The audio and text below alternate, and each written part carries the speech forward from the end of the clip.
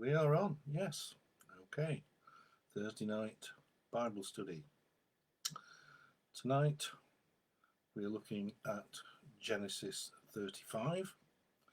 If you want to turn that up, as you have probably slept since last Thursday when Chris was on, I think it'd be a good idea just to have a very brief summary of the recent chapters in Genesis. So that will help us as we go through this chapter, which is not a terribly long chapter. Genesis 35 then, the story so far. Hi Mandy. God promises Abraham he will be the father of a great nation, and he is going to have as many descendants as the stars in the sky. Only one of his sons inherits the promise, and that is Isaac. Isaac in turn has two sons, Jacob, who inherits the promise, and Esau, who does not. Jacob then becomes the father of 12 sons and at least one daughter, so this family line chosen by God begins to expand. Genesis 46:27 tells us that Jacob's family numbered 70 when they went to Egypt after Joseph had become governor there. By the time of the Exodus, they had become so numerous that the Egyptians became very worried they were taking over, but that's another story. We've heard of the story of Jacob in previous weeks. He cheated his brother out of his birthright and then cheated again, so his father Isaac blessed Jacob instead of Esau. Esau was howling mad and wanted to kill Jacob. At the same time, his parents, Isaac and Rebekah, were petrified that Jacob would marry a local pagan woman. So Jacob was sent a long way away to Haran to stay with his uncle Laban. Not long after he leaves home, Jacob has a dream about a ladder with angels going up and down it, described in Genesis 28. God promises to be with Jacob, and he will bring Jacob back to the promised land one day, and this dream took place at Bethel. So Jacob travels to Haran and meets his uncle Laban, who has two daughters, Leah and Rachel.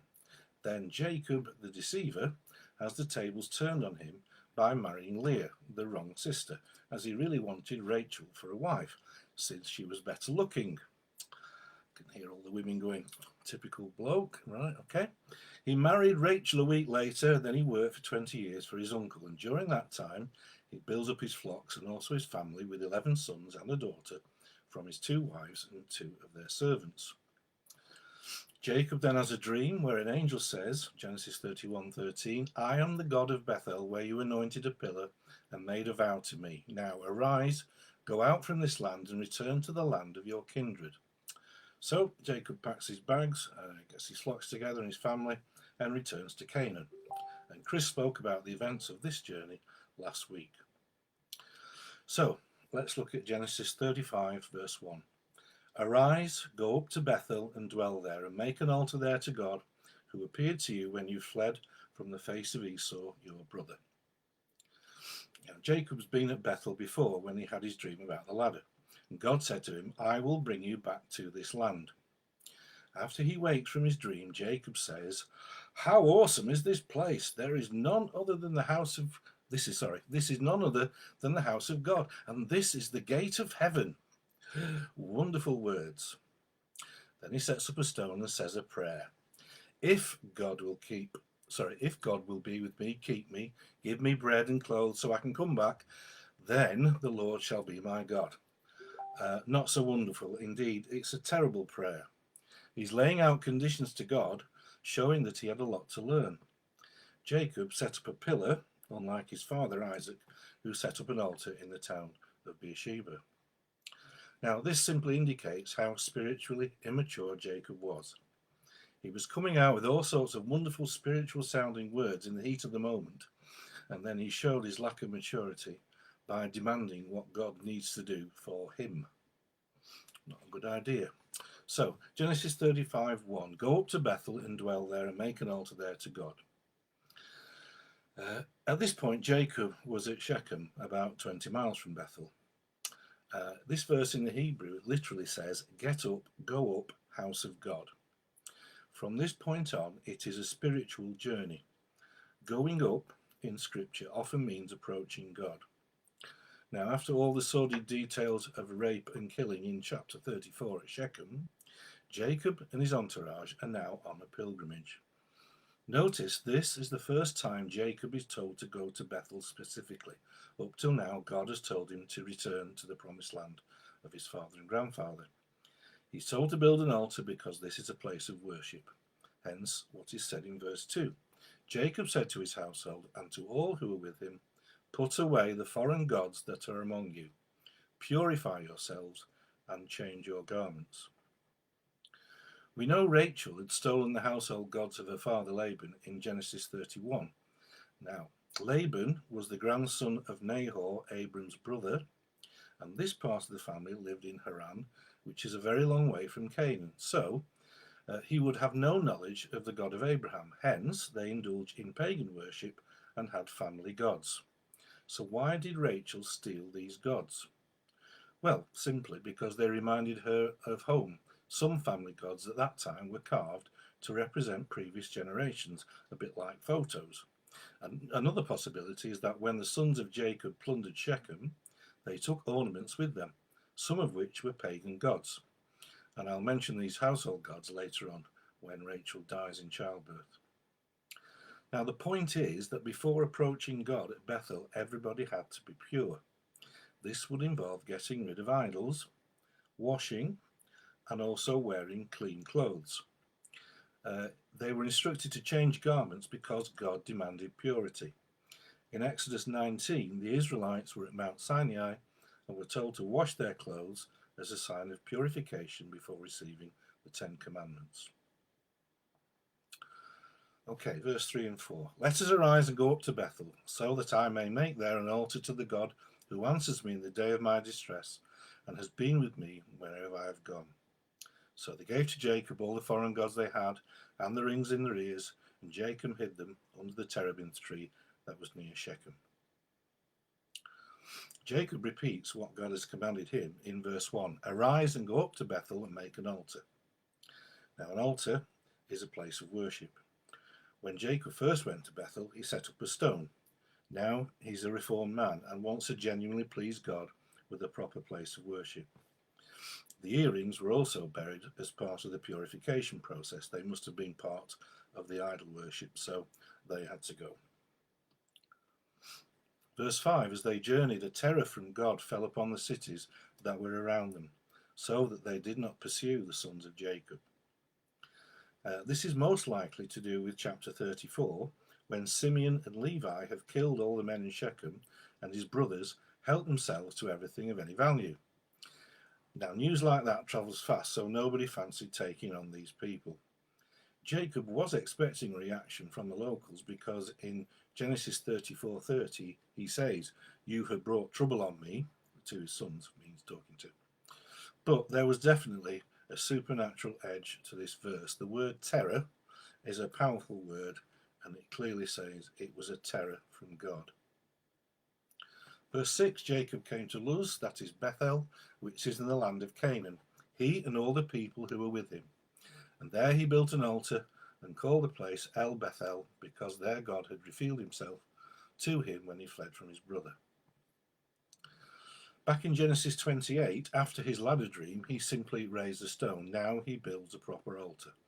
He called it El Bethel, which literally means God, house of God, which isn't the same as New York, New York, so good they named it twice, but maybe it was just a double portion of God's blessing.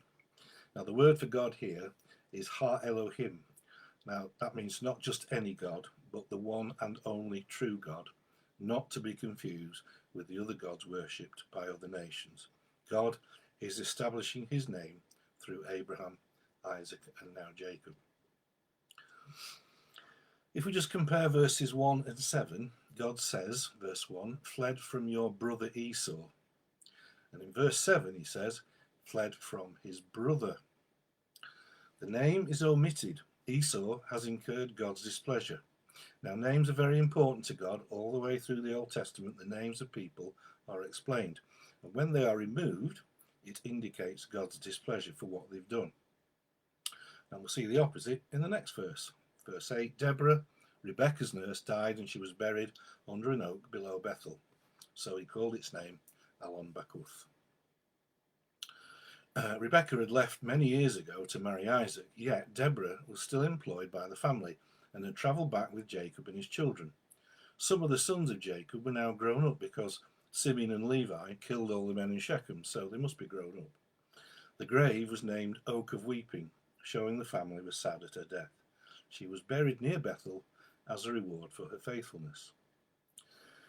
She's mentioned in Genesis 24:59 when Abraham's servant is sent to find a wife for Isaac, but she is just referred to as a nurse. Her name is not given. Now her name is recorded, indicating that she has become important to this special family, but also that she pleased God. Esau was demoted by removing his name. Deborah was promoted by adding her name. Verse 9, God appeared to Jacob again when he came from Paddan Aram and blessed him. Now, read that very quickly, but it says God appeared to Jacob. In verse 1 it says God said, now it says God appeared. What form that took, we don't know. And it reminded me of the call of Samuel in 1 Samuel chapter 3. God called Samuel 3 times, and each time he thought it was Eli calling. And the fourth time, it says God called and stood. What must it be like to have God manifest himself in front of you? Well, you would certainly stand up and take very careful notice of what he said. Verse 10 and 11-12. God said to him, your name is Jacob. No longer shall your name be called Jacob, but Israel shall be your name. So he called his name Israel. And God said to him, I am God Almighty, be fruitful and multiply. A nation and a company of nations shall come from you. Kings shall come from your own body. The land that I gave to Abraham and Isaac I will give to you, and I will give the land to your offspring after you.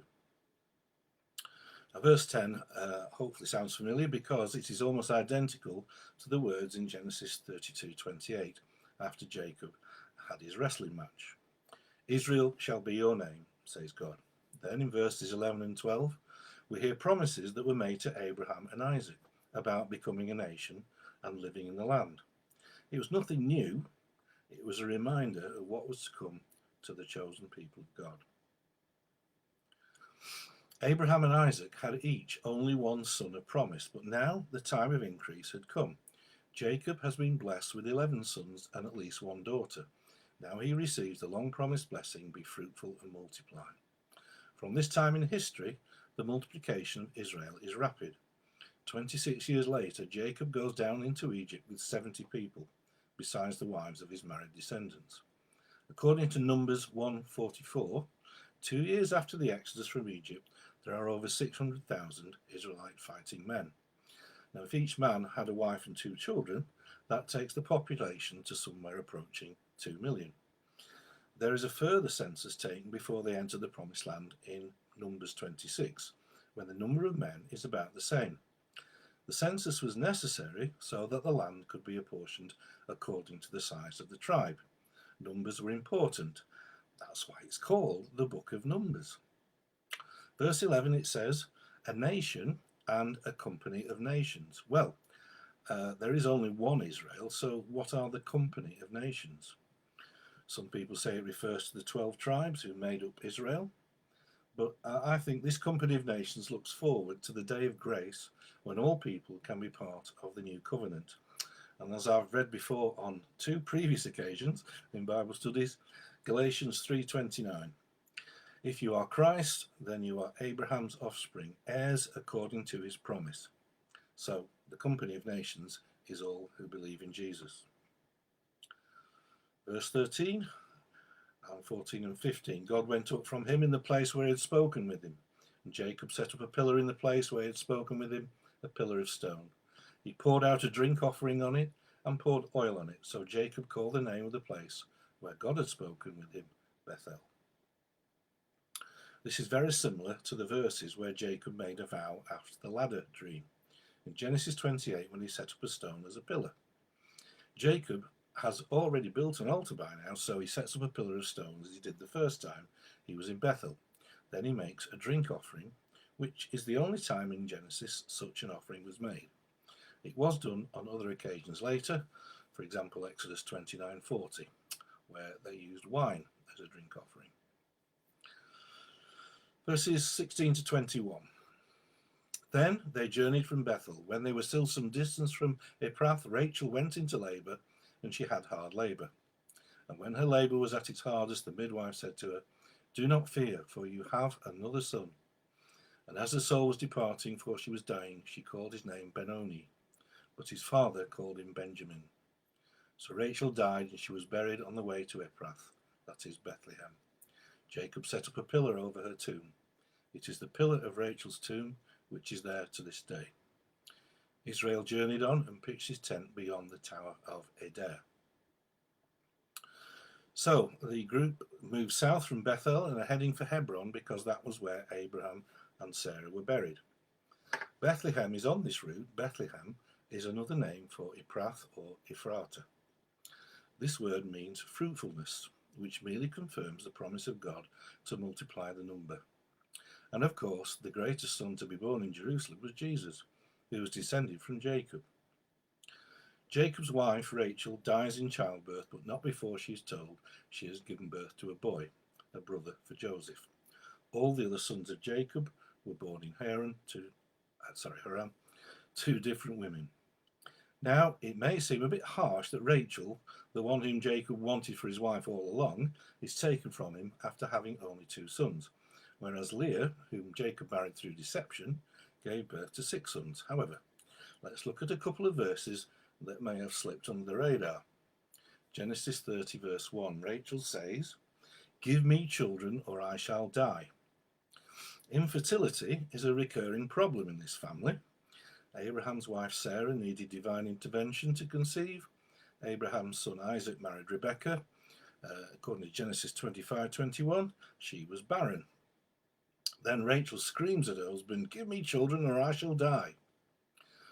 Well, all of them had to learn to trust God because God promised all 3 generations that they would have many, many descendants.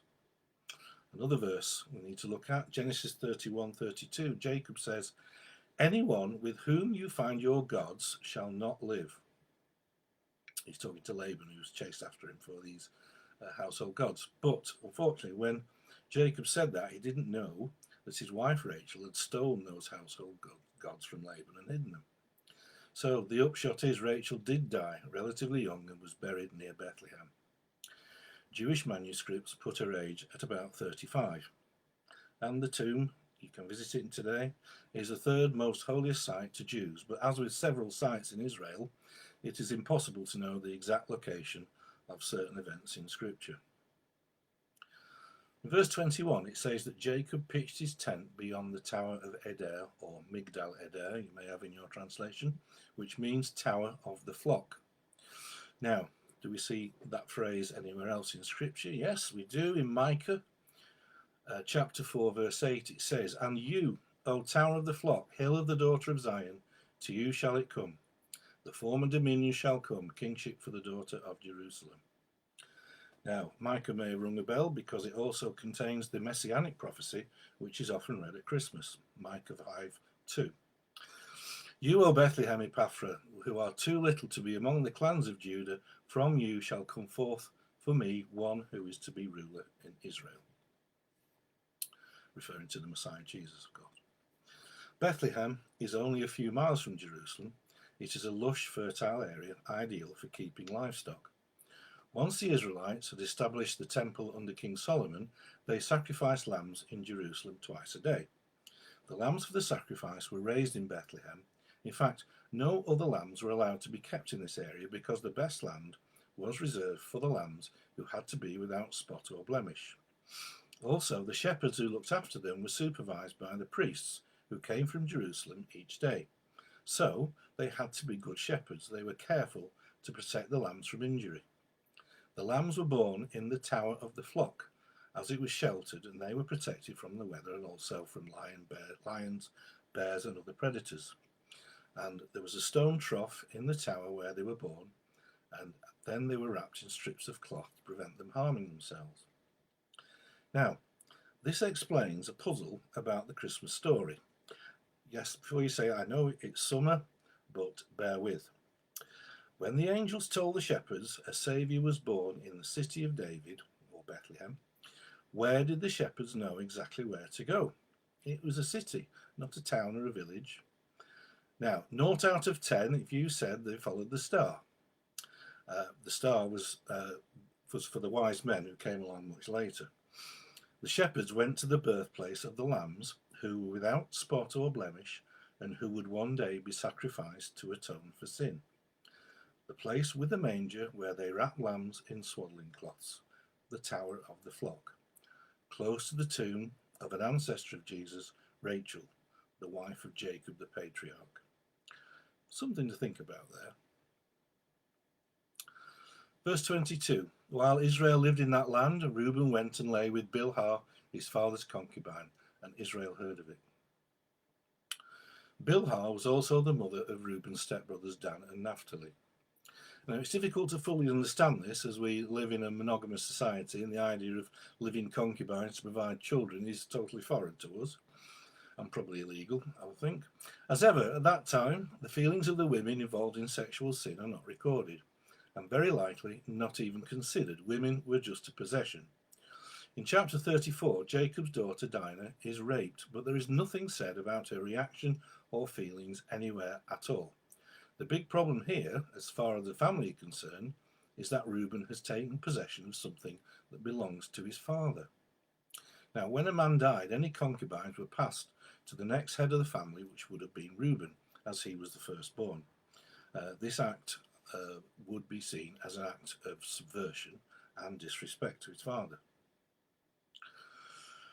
Okay, now we're talking about Reuben being the firstborn, so the next verses give us the names of the 12 sons of Jacob. 23, the sons of Leah, Reuben, Simeon, Levi, Judah, Issachar, Zebulun. 24, the sons of Rachel, Joseph and Benjamin. The sons of Bilhah, Rachel's servant, Dan and Naphtali. The sons of Zilpah, Leah's servant, Gad and Asher. These were the sons of Jacob, born to him in Paddan Aram. Of course, Benjamin wasn't born in Paddan Aram, but anyway. The 12 tribes. When we looked at this in our house group a couple of years ago, we found very little about the individual sons of Jacob in the Old Testament, apart from the story of Joseph. There is not a great deal of information about the actual tribes either. Much of the information is found in the book of Judges, a rather strange period in the history of the Israelites, describing the time after they had occupied the Promised Land, but before they anointed a king. Here's a snapshot of some of them. Number 1, Reuben. Well, as was already read, he made a big mistake by sleeping with Bilhah. From this point on, he lost his position he should have assumed, being the firstborn, and there is not one prophet, military leader, judge, or any important person mentioned as being from this tribe. The tribe settled on the east of the Jordan River. Today, this is the country of Jordan and not Israel. Son 2, Simeon, he blotted his copybook by taking revenge on the men of Shechem because one man raped his sister Dinah. The census in Numbers show the population of the tribe shrank to almost a third of its original size during the time in the wilderness, and it was later absorbed into the territory of Judah. Number 3, Levi, also took part in the massacre at Shechem, but later his descendants were the only tribe to oppose the golden calf, which the other tribes made as a god while Moses was away receiving the Ten Commandments. In Exodus 32:29, it says to the Levites, "Today you have been ordained for the service of the Lord." So, the Levites were the ones from whom the priests were selected. The tribe of Levi had no specific territory, but had cities scattered throughout Israel. Levi had 3 sons who were responsible for the different parts of the tabernacle. One was Kohath, his son was Amram, and his sons were Aaron and Moses. So we have Abraham, Isaac, Jacob, Levi's son Kohath, his son Amram, his son Aaron. Okay, and if you counted them, that's 7 generations, which is the perfect number. Aaron was the first high priest, and his descendants were the Kohathites, or Kohanim, from which we get the name Cohen, which means a priest, a good Jewish name. Another son of Levi was Gershon, and let me just tell you a story about a Jewish family called Gershon. In 1936, two Jewish brothers, Samuel and Louis Gershon, had a jewellery business in Hatton Garden, London. It was burgled, and the equivalent of £250,000 in today's money was taken. However, the police declined to pursue an investigation. It was their contention the heist was bogus, the basis for a fraudulent insurance claim. An informant's letter reminded the police that Samuel was, quote, a Jew, and that Jews are so frequently responsible for the bringing down of their own business premises and thefts committed in their offices, unquote. As a result of the shame and injustice, Samuel Gershon killed himself 5 months later. Within weeks, his wife had legally changed her name from Gershon to Gresham. Her granddaughter Marcia Gresham married Alan Radcliffe, who are the parents of Daniel Radcliffe, the Harry Potter actor. So, how to get from the tribe of Levi to Harry Potter in one paragraph. Thank you. Number 4, Judah doesn't do very well at first. He marries a Canaanite woman. After she dies, he gets his daughter-in-law pregnant. But his tribe takes the lead during the wilderness marches. Numbers 10, the tribe receives his portion of land first, and they have the largest population in each of the 2 censuses in Numbers. Boaz is of the tribe of Judah, who is an ancestor of King David, and also line of the tribe of Judah, Jesus. As regards the other tribes, I used to think that once the Israelites left the wilderness, crossed the Jordan and captured Jericho, they simply spread out according to their allocation of land, and that was that. But obviously I hadn't read Judges 1, 27 to 36, which I will summarise. Before I do, we should note that the tribe of Joseph was split into 2, Manasseh and Ephraim, which feature in this passage. So a summary of Judges 1, 27 to 36. Manasseh did not drive out the people of Bethshan or Tanakh. The Canaanites were determined to live in that land, nor did Ephraim drive out the Canaanites living in Gezer. Neither did Zebulun drive out the Canaanites living in Kitron or Nahalol, nor did Asher drive out those living in Akko and lots of other places. Neither did Naphtali drive out those living in Beth Shemesh or Beth Anath. The Amorites confined the Danites to the hill country, not allowing them to come down into the plain. So the tribe of Dan struggled with the Amorites so much they actually upped sticks and moved north to what is today the Golan Heights near Syria. The 11th son of Jacob is Joseph, who is the main character in the remaining chapters of Genesis, apart from Genesis 36, which is simply a list of the descendants of Esau. The 12th son is Benjamin. Joseph and Benjamin were the only sons of Jacob and Rachel. And you would expect the ancestral line to King David and to Jesus to be from one of these 2 sons, but not so. Joseph's story is very well known, and his brother Benjamin is an important part of the story of Joseph in Egypt.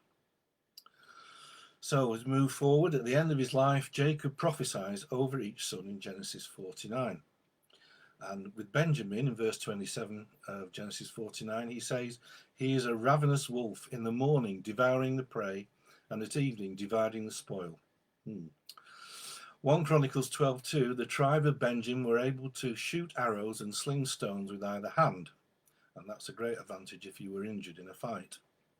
In Judges 3, Ehud, a judge, a Benjaminite, kills the king of Moab with his left hand, because soldiers always watch the right hand, because most people are right-handed. The Latin word for left is sinister. Using the left hand is sinister, or strange, or out of the ordinary. The first king of Israel was Saul, a Benjaminite, as was his son Jonathan. Esther and Mordecai were also Benjaminites. They prevented the destruction of the Israelites by the Persians. However, the Benjaminites were not always the good guys. There was a civil war in Israel described in Judges 20, when the fighting men of Benjamin were all but wiped out by the other tribes. To end on a good note, a man called Saul was a Benjaminite according to Acts 8. He was ravaging the church, dragging off men and women to prison. In Acts 9, he was breathing threats of murder against the disciples of the Lord. But when Jesus brought Saul to himself, he became the Apostle Paul, and his work in spreading the gospel was beyond price. So finally, last few verses, Jacob came to his father Isaac and Mamre, that is Hebron, where Abraham and Isaac had sojourned. Now the days of Isaac were 180 years, and breathed his last. He died and was gathered to his people, old and full of days. And his sons Esau and Jacob buried him. Back in Genesis 27, Isaac says, I am old, I do not know the day of my death. So he obviously didn't think he was going to last much longer. Yet Isaac is still alive over 20 years after Jacob left for Haran. It's as if Isaac was waiting for Jacob to return before he could die peacefully. So Jacob returns with his 12 sons, some of whom may now have wives and children. And there was some sort of reconciliation because Esau is present at Isaac's burial. And there must have been a few cross words, because in chapter 33, Jacob said he was going to follow Esau back to Edom. But as soon as Esau is out of sight, he turns west back to Canaan because God had told him to go there. That was covered last week. So what do we learn from Jacob's life in Genesis 35? He's matured spiritually, he listens and obeys God. He worships God, he leads his family in a spiritual sense as well as a responsible father, and he honours his own father. One commentator likens the story of Jacob to the history of the Jewish nation. They leave the promised land because of persecution, then, after a period of exile, they return to the land God promised them, where they prosper and grow numerically despite opposition from neighbouring countries. And that has taken place in the last 100 years, when Jews from around the world have returned to that disputed land and have fought off enemies in several wars to become a prosperous democracy. So if we take a look at some of the chapters leading up to Genesis 35, the message is that if God can use this lot for his purposes, then he can use anybody. There are stories of deceit, lying, swindling, favoritism, anger, murder, rape, revenge, incest, jealousy, envy, infidelity, lack of trust, and I didn't even mention the Canaanite army commander whose head was nailed to the floor with a tent peg. So don't go camping this summer. I think that's enough about the sinful world, though. God dealt with this sin through the death of his sinless, perfect son Jesus, one who was descended from Abraham, Isaac, and Jacob, and those three were definitely not perfect and sinless, just as we certainly are not perfect and sinless. God can forgive any sin and turn that person's life around, no matter what they've done. If you don't think God can use you with all your faults, think again. Thank you for listening. Hope you enjoyed that. Goodbye.